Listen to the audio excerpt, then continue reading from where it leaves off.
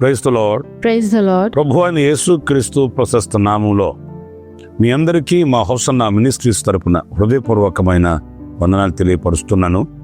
My heartfelt greetings to all of you in the glorious name of our Lord Jesus Christ on behalf of Hosanna Ministries. ప్రభువు మనల్ని నేటి వరకు ఆయన ఆరోగ్యకరమైన సురక్షితమైన రెక్కల నీడలో దాచి ఈనాటికి మనల్ని సజీవులుగా ఉంచాడు. అందుకు మనం కృతజ్ఞులం. God has kept us safe and healthy under His wings until today. For that we are truly grateful. దినాలు దొర్లుతూ ఉన్నాయి, సంవత్సరాలు గతించిపోతూ ఉన్నాయి, పరిస్థితులు మారుతున్నాయి, కానీ ప్రభువు మారని కృప మన ఎడల చూపిస్తూ ఉన్నాడు. Days pass and years go by. While circumstances change, God's grace towards us remains constant. ఆయన ఉచితమైన కృప చేత, ప్రేమ చేత మనల్ని ఆదరించి, ఉద్ధరించి, కనికరించి కాపాడుతున్నాడు. అందుకు మనం కృతజ్ఞులం. By His free grace, He comforts us, lifts us and protects us. For this we are thankful. ఈ పూట పరిశుద్ధ గ్రంథంలో నుంచి ఓ చక్కటి మాట నేను మీతో చెప్తాను, జాగ్రత్తగా ఆలకించండి. I'll now share a beautiful word from the Bible. Please listen carefully. 133వ కీర్తన మొదటి పల్లవ దగ్గర నుంచి నేను చదువుతాను. I'll read from the first verse of Psalms chapter 133. సహోదరులు ఐక్యత కలిగి నివసించుట ఎంత మేలు, ఎంత మనోహరము. How good and pleasant it is when God's people live together in unity. ప్రియులారా, ఇక్కడ దైవ సంబంధమైన ఒక ఐక్యతను మనం చూస్తున్నాం. Dearly beloved, we see here a divine unity. ఐక్యత అనంటే అనేక విషయాలలో కొందరు ఐక్యత కలిగి ఉంటారు. అది కాదు నేను చెప్పేది. When I speak of unity, I'm not referring to the common ways people come together. లోక సంబంధమైన కార్యక్రమాలలో కొంతమంది ఐక్యతని సూచిస్తారు. ఆ విషయం కాదు మనం ధ్యానించవలసింది. People often show unity in worldly matters, but that is not the unity we are here to study upon. దైవ సంబంధమైన ఐక్యత ఉంటుంది. ఈ దైవ సంబంధమైన ఐక్యత కలిగి ఉండడం ఎంతో శ్రేష్టమైనది, మనోహరమైనదని వాక్యం సెలవిస్తుంది. There's divine unity. The word declares that to have this divine unity is truly precious and beautiful. ఈ ఐక్యత ఎక్కడ ఉంటుందో అక్కడ దైవ సంబంధమైన దీవెనలు ఉంటాయి. Wherever this divine unity exists, God's divine blessings are also found. సంతోషము, సమాధానం నిలిచి ఉంటుంది. Joy and peace will remain there. సుఖ జీవనంతో కూడినటువంటి సంవత్సరాలు మనం అనుభవించగలుగుతాం అనేది మనం గ్రహించాలి. We must realize that through this we can enjoy years of blessed and peaceful life. కుటుంబపు వ్యవస్థలోనైనా, సమాజంలోనైనా, సంఘములోనైనా ఈ దైవ సంబంధమైన ఐక్యత నిలిచి ఉండాలి. Whether in the family, in society or in the church, this divine unity must remain. ఈ ఐక్యత ద్వారా మనం దేనినైనా జయించగలుగుతాం అనేది చిన్ననాటి నుంచి మనం నేర్చుకుంటున్న పాఠం. Since childhood, we have learned the lesson that through unity we can overcome anything. మనుషులలో స్వార్థం పెరుగుతూ ఉన్నందువలన లోక సంబంధమైన ఆశలు హృదయాలలో ఈ రోజున ఆ దైవ సంబంధమైనటువంటి ఐక్యతను తొలగించి, As selfishness grows and worldly desires fill hearts today, they are driving away this divine unity and వ్యవస్థను ఈ రోజున అధోపాతాలకు తీసుకుని వెళ్తున్నటువంటి అనుభవాలు ఈ రోజున కనిపిస్తూ ఉన్నాయి. today we are seeing the experiences that are dragging the entire system into ruins. మనము ఒక ఐక్యతను సూచించాలి అనంటే ఒక భావన మనకు ఉండాలి. To show true unity, we must first have a mindset. ఐక్యతతో మన కుటుంబాలు స్వర్గసీమలుగా ఉండాలి అంటే అవగాహన మనం కలిగి ఉండాలి. For our families to be a heaven on earth through unity, we must have a true understanding. ఈ ఐక్యతతో మన కుటుంబాన్ని లేక మన వ్యక్తిగత అనుభవాల్ని స్వర్గసీమలుగా మార్చుకోవాలి అనుకున్నప్పుడు మనకు వాటి మీద దృష్టి ఉండాలి. When we desire to transform our families or our personal lives into heaven on earth through this unity, we must remain focused on them. ఏంటి మనకు ఉండవలసిన అవగాహన? What is this understanding we must have?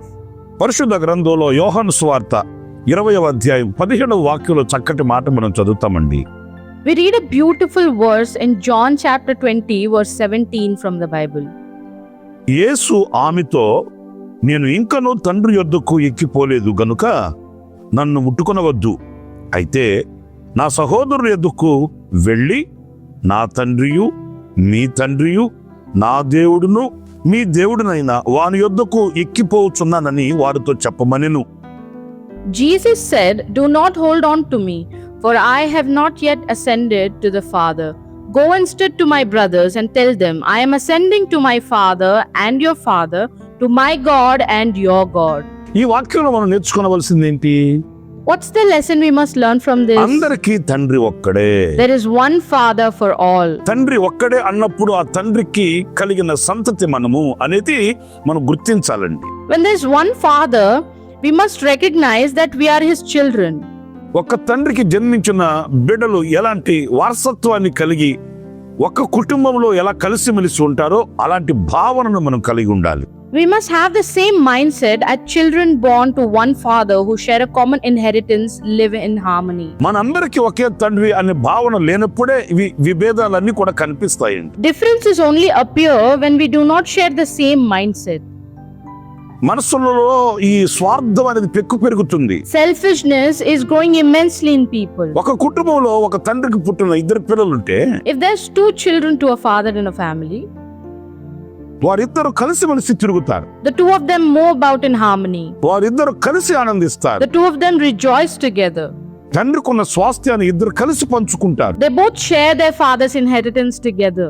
ఇది ఒక తండ్రికి కలిగిన పిల్లల్లో ఉన్న అనుబంధం కదా. This is the bond between children of the same father, isn't it? మరి ఈ రోజున అందరికీ తండ్రి ఒక్కడే అన్నప్పుడు ఈ భావన మనలో ఎందుకు కరువైపోతుంది? Then when there's only one father for all, why is this mindset lacking today? కులాల పేరట విభజన, Division in the name of caste, మతాల పేరట విభజన, division in the name of religion, ధనము బలము అనే విభజన, division based on wealth and power. ఈ రోజున దేశాల వారీగా ప్రాంతాల వారీగా వేరే విభిన్నమైనటువంటి భావనను కలిగి ఉన్నందువలన ఇదిగో ఈ ఐక్యత ఈ రోజున కరువైపోతుందని చెప్పడంలో సందేహం ఏమీ కూడా లేదండి. There is no doubt in saying that unity is lacking today due to the regional and national divisions. నా ప్రియమైన సహోదరులారా, My dear ones, మానవాళికి అందరికీ కూడా తండ్రి ఒక్కడే. He is the Father for all humanity. ఈ తండ్రి వలన కలిగిన ఆ చక్కటి సుగుణములను మనం అలవర్చుకోవాలి. We must cultivate the noble qualities from this Father. ఆ తండ్రి యొక్క స్వాభావికమైన గుణగణాలలో మన పాలు పంపులు కలిగిన వారమై ఉండాలి. We must partake with the inherent qualities of our Father.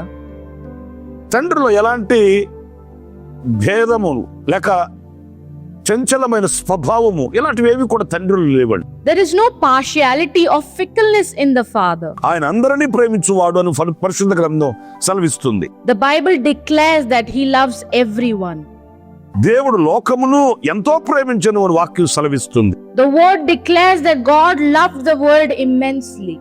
లోకము అని అంటే లోకంలో ఉన్న జనులందరూ. The world refers to the people in it. అక్కడ ఎలాంటి వర్గాలు కనిపించట్లేదు. He recognizes no divisions. మరి తండ్రి మనసులలో లేని ఆ విభజన పిల్లలైన మనలో ఎందుకు వస్తున్నట్లు? Why then do we, His children, have divisions that God does not recognize? నా ప్రియమైన సహోదరులారా, My dear ones, ఎప్పుడైతే ఈ విభజన అనేది కనిపిస్తుందో ఆనాడే క్షీణతకి పెద్దపీట వేసినట్టు. the day this division appears is the day we pave the way for our own downfall. ఆనాడే లోక సంబంధమైనటువంటి చీకటి పొడచూపడానికి దారి లేక ద్వారం తెరిచినట్టు. That is the day we open the door to worldly darkness. మనం సంతోషంగాను ఆనందంగాను ఆశీర్వాదకరంగాను ఉండగలగాలి అని అనుకుంటే ఈ ఐక్యతని మనం కాపాడుకోవలసిన బాధ్యత అందరి మీద ఉంది అనేది మనం గుర్తించాలి. If we desire to live happily, joyfully and blessedly, we must recognize our collective responsibility to protect and preserve this unity. మరొక విషయాన్ని కూడా నేను మీకు జ్ఞాపకం చేస్తాను. I'll remind you one more thing. యోహాను సువార్త 13వ అధ్యాయం 13వ వాక్యంలో మనం గమనించినప్పుడు, When we look at John chapter 13 verse 13, బోధకుడనియు ప్రభువనియు మీరు నన్ను పిలుచుచున్నారు, నేను బోధకుడను ప్రభువును గనుక మీరిట్లు పిలుచుట న్యాయమే. you call me teacher and Lord, and rightly so, for that is what I am. ఈ వాక్యంలో మనం గమనించవలసింది ఏంటి? Now what do we recognize and observe in this word? మనందరికీ కూడా బోధకుడు ఒక్కడే. We all have the same teacher. మనకు బోధించే బోధకుడు ఒక్కడే అన్నప్పుడు బోధకుడు ఒకటే కదండి. If we have the same teacher, the message must surely be the same too. ఒక పాఠశాల ఉంది అని అనుకుంటే, Suppose there is a school, ఓ 200 మంది విద్యార్థులు అక్కడ ఉన్నారు అని అనుకుంటే, and suppose there's about 200 students there. మరి ఉపాధ్యాయుడు అందరికీ ఒకే పాఠంగా చెప్తాడు. The teacher gives the same lesson to everyone, doesn't he? 200 మందికి వివరించే పాఠం ఒకటే కదా. Isn't the explanation given to all 200 exactly the ఈ same? 200 మంది ఒకే పాఠాన్ని వింటారు, ఒకే గురువు దగ్గర నేర్చుకుంటారు. These 200 people listen to the same lesson and learn from the same master. మరి మన అందరికీ బోధకుడు ఒక్కడే అన్నప్పుడు ఈ బోధ ఒక్కటేనండి. So when our teacher is one, the teaching must also be one. ఈరోజున బోధ అనే విషయంలో అనేక విభిన్నమైనటువంటి విభేదాలు పొడచూపుతున్నాయి. Today, many contradictions are emerging regarding this teaching. బోధ అనేది ఐక్యంగా మనం ఉండడానికి. Teaching is meant to keep us united. ఈ బోధ చేత దేవునిని అనుసరించడానికి. This teaching is meant to enable us to follow God. ఈ బోధ చేత మనల్ని మనం సిద్ధపరచుకోవడానికి. This teaching is meant for us to prepare ourselves. ఈ బోధ చేత సన్మార్గమందు సత్యమందు స్థిరపరచబడడానికి. This teaching is meant to establish us in the path of righteousness and truth. అంతేకాదండి, ఈ బోధ చేతనే దేవునికి అనగా తండ్రికి ప్రీతికరంగా బ్రతకడానికి. Not only that, this teaching is meant to guide us to lead a life pleasing to God the Father. మనసు వికసింపబడడానికి. To enable the mind to blossom. మనసు వికసింపబడి మనోనేత్రము వెలిగించబడడానికి. For our minds to flourish and for our vision to be elevated. వీటన్నిటికీ బోధే కావాలండి. Teaching is essential for all these things. మరి ఇవన్నీ విడిచిపెట్టి But if we leave all these things, బోధ అనే అనుభవంలో మనం విడిపోవడం ఏంటి? how can we be divided in the very experience of this teaching? బోధని ఆధారం చేసుకొని మనలో ఐక్యతను చెడగొట్టుకోవడం ఏంటి? How can we create divisions among ourselves in the very name of this teaching? మనకు బోధకుడు ఒక్కడే. Our teacher is one.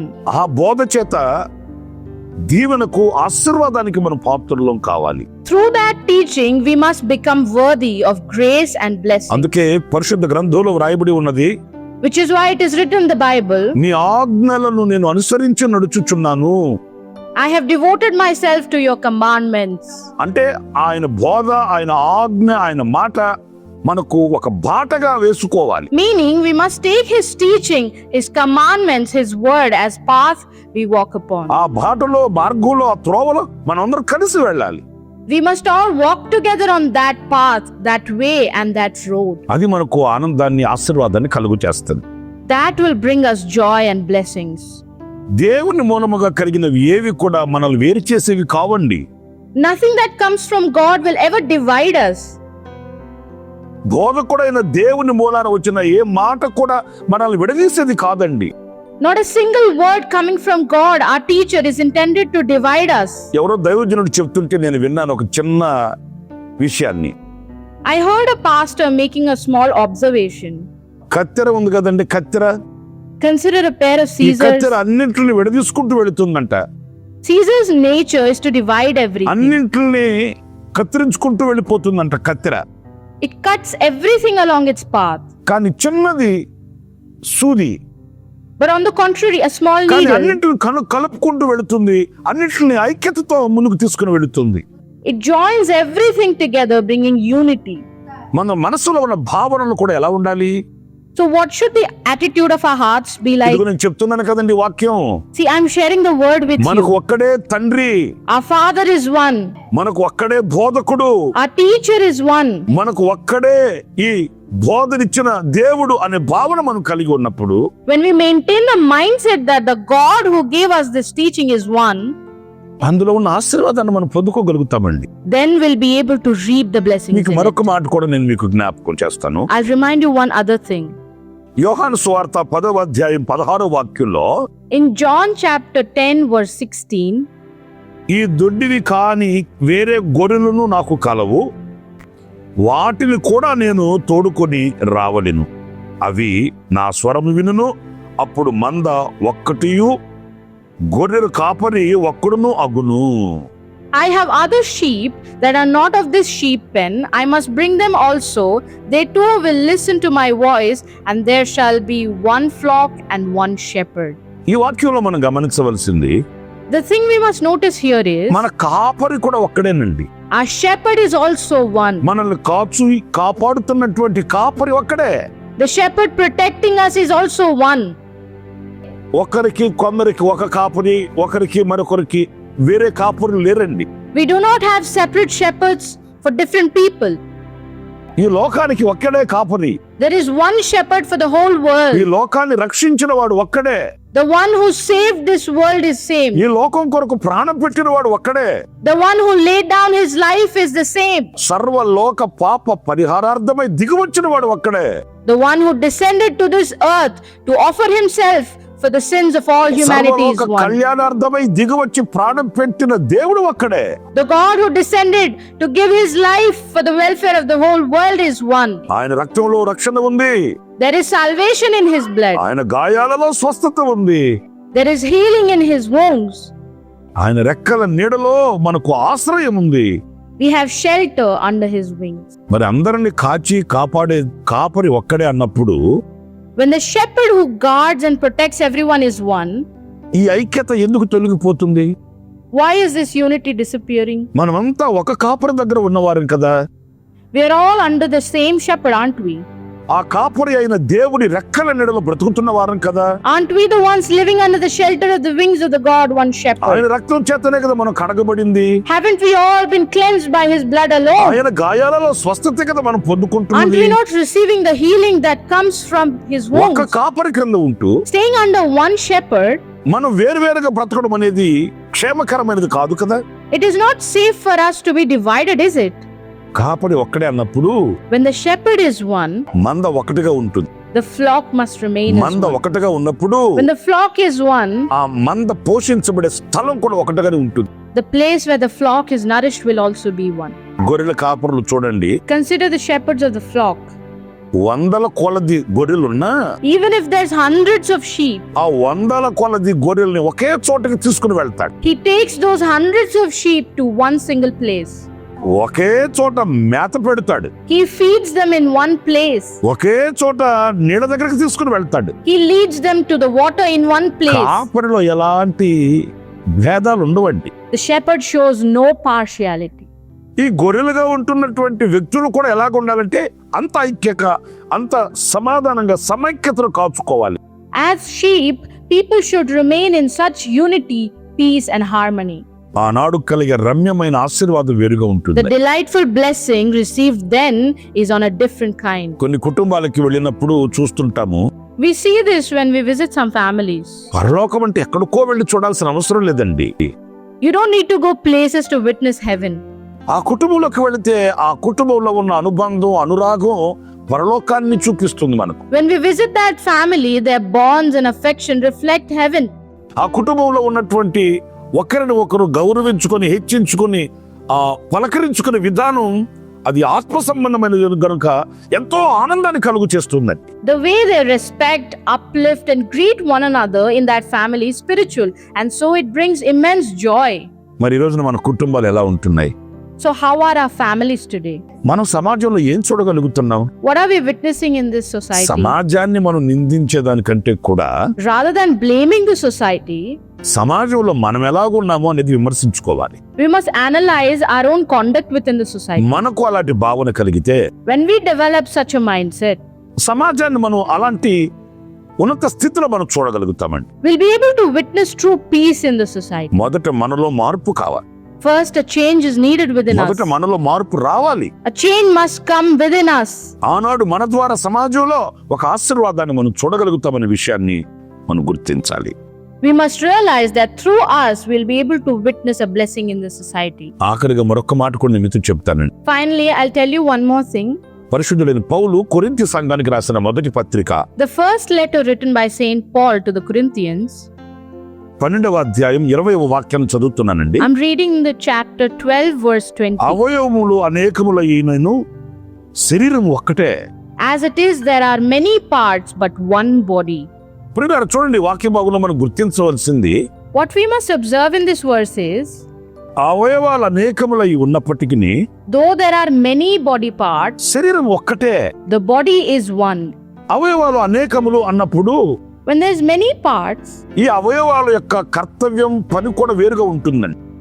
their duties and functions are also different. చేతులు చేసే పని వేరు, Hands have a different function. కాళ్ళు చేసే పని వేరు, Legs have a different function. కళ్ళు చేసే పని వేరు, And eyes have different function. చెవులు చేసే పని వేరు. Ears have a different function. పనులు వేరైనప్పటికీ కూడా Even though their works are different, ఐక్యత ఒకటేనండి. the unity is one. Brother, ఎంత ఆశీర్వాదకరమైన అనుభూతిని ఈ పరిశుద్ధుడైన పౌలు సంఘానికి చెబుతున్నాడు చూడండి. See how beautifully Saint Paul describes this blessed experience to the church. నా పని వేరండి అని వేరుగా ఉండట్లేదు. It doesn't distance itself saying my work is నా different. కర్తవ్యం వేరండి అని వేరుగా ఉండట్లేదు. It doesn't isolate itself saying my duty is different. అనేకమైన పనులు ఉన్నాయి. There's many works. ఒక్కటి చేసే పని మరొకటి చేయదు. One cannot replace the role of another. చేతులు చేసే పని కాళ్ళు చేయలేవు కదా. Legs can't do what the hands can they. అలాగని చెప్పి వేరుగా ఉండట్లేదు కదా. Despite that, it doesn't stay isolated, does వేరు it? వేరు కర్తవ్యాలు ఉన్నప్పటికీ, Despite having different duties, వేరు వేరు బాధ్యతలు ఉన్నప్పటికీ, despite having different వేరు వేరు responsibilities, పనులు ఉన్నప్పటికీ కూడా despite having different works, ఒకే శరీరంలో ఐక్యంగా ఉన్నాయి కదా. they're united within the body, aren't they? నా కాళ్ళకి కాస్త ఏదైనా చిన్న దెబ్బ తగిలితే If my legs are injured even little, నా కళ్ళల్లో నీళ్లు కారుతాయి. my eyes tear up. కాళ్ళకి కంటికి ఏంటి సంబంధం? What is the relationship between the legs and the eyes? అదేనండి ఐక్యత. That is unity. ఎందుకు ఈ ఐక్యతను చూడగలుగుతున్నాం? Why are we able to see this unity? ఒక్క శరీరంలో ఉన్నామండి. Because of being in one body. మనమంతా కూడా క్రీస్తు అనే శిరస్సుకు అతికింపబడిన శరీరంలో ఉన్నవారం కదా. We're all part of the body joined to Christ who is the head, aren't we? క్రీస్తు అనే శిరస్సుకి అంటు కట్టబడిన అతికింపబడిన ఒక శరీరంలో ఉన్న భాగాలం కదా. Are we not the parts of body that are joined to Christ the head? మరి ఈ రోజున ఎంతవరకు ఈ ఐక్యతను మనం చూడగలుగుతున్నాము? So to what extent are we able to see this unity today? నా ప్రియమైన సహోదరులారా, My dear ones, శరీరంలో ఏ అవయవమైన ఒకటి పని చేయలేదనుకోండి, suppose one of our organs of the body aren't functioning. ఆ వ్యక్తికి ఆ శరీరానికి విలువ ఉండదు. The person or that body will have no value. శరీరంలో ఏ భాగమైన ఒక భాగం అంగీకరించట్లేదు అనుకోండి, Suppose one part of our body does not cooperate సహకరించట్లేదు అనుకోండి, or it isn't supporting, ఆ శరీరానికి ఆ వ్యక్తికి విలువలు తగ్గిపోతుంటాయి. the value of that person and the body decreases. మరి ఆ ఐక్యతని సఖ్యతను కాచుకోవాల్సిన బాధ్యత ఎవరి మీద Then ఉంది? whose duty is it to maintain this bond of peace and unity? మన భుజస్కంధాల మీద ఉంది. It's on our shoulders. ఈ భావన మనం కలిగిన వారమే అయితే, If we have this mindset, పరిశుద్ధ గ్రంథంలో మనం చదివాం కదా, as we read in the Bible, సహోదరులు ఐక్యత కలిగి ఉండుట ఎంత మేలు ఎంత మనోహరము అంటూ ఈ రెండవ వాక్యంలో అది తల మీద పోయబడి అహరోను గడ్డము మీదుగా కారి అతని అంగీల అంచు వరకు దిగజారిన పరిమళ తైలము వలె ఉండును. how good and pleasant it is when God's people live together in unity. And in the second verse, it's like the precious oil poured on the head, running down on the beard, running down on Aaron's beard, down on the collar of his ఈ మూడవ robe. వాక్యంలో కూడా సియోను కొండల మీద దిగివచ్చు, హెర్మోను మంచు వలె నుండును, ఆశీర్వాదమును శాశ్వత జీవమును అచ్చట నుండు వలెనని యెహోవా సెలవిచ్చుచున్నాడు. Even in the third verse, it is as if the dew of Hermon were falling on the Mount Zion, for there the Lord bestows his blessings, even life forevermore.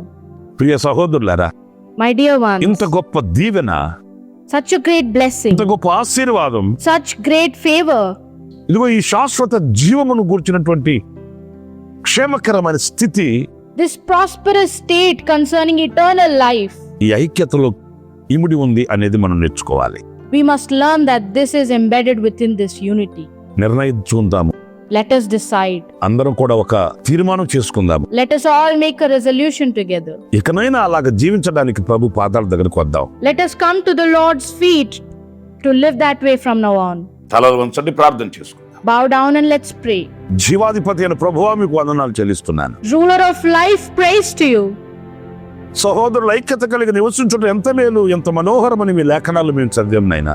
We've been reading in your scriptures of how good and pleasant it is for us to live in unity of ఈ Father. మనోహరమైనది మేలైన దానిని అవలంబించడానికి అనుసరించడానికి, అన్వయించుకోవడానికి, ఆశీర్వదించబడడానికి కృపను అనుగ్రహించమని వేడుకొనుచున్నాను. I pray that you grant us the grace to follow, adapt, and experience this beautiful and good thing so that we may be blessed. నైనా మా మధ్యలో పొడచుకుతున్న విభేదాలు తొలగించండి. Father, please remove the differences arising among us. ఈర్ష్య ద్వేషాలను తొలగించండి. Remove all jealousy and hatred. ప్రేమ అనురాగాలతో కలిసి ఉండడానికి సహాయం చేయండి. Help us to remain united with love and affection. కృపాక్షేమాలతో మేము బ్రతకడానికి సహాయం చేయండి. Help us to live our lives filled with grace and goodness. మీరే మాకు తండ్రివి. You are our Father. మీరే మాకు బోధకుడవు. You are our teacher. మీరే మాకు కాపరివి. You are our shepherd. మీరే మాకు శిరస్సై ఉన్న దేవుడు. You are our God who is our head. అవగాహన Father. కలిగి బ్రతకడానికి కృప చూపించమని Grant us the grace to live with true understanding. యేసు నామములో ప్రార్థించి వేడుకొనుచున్నాను తండ్రి. In Jesus' name we pray. Amen. Amen. ప్రభువైన యేసుక్రీస్తు నామములో మరొకసారి మీ అందరికీ మా హోసన్న మినిస్ట్రీస్ తరపున హృదయపూర్వకమైన వందనాలు. ప్రభు మిమ్మల్ని ఆశీర్వదించి దీవించుగాక. I offer my heartfelt greetings once again on behalf of our Hosanna Ministries. May God bless you all. Amen. For daily Word of Grace messages and for more spiritual messages, please subscribe to our YouTube channel, Pastor Ramesh, Hosanna Ministries.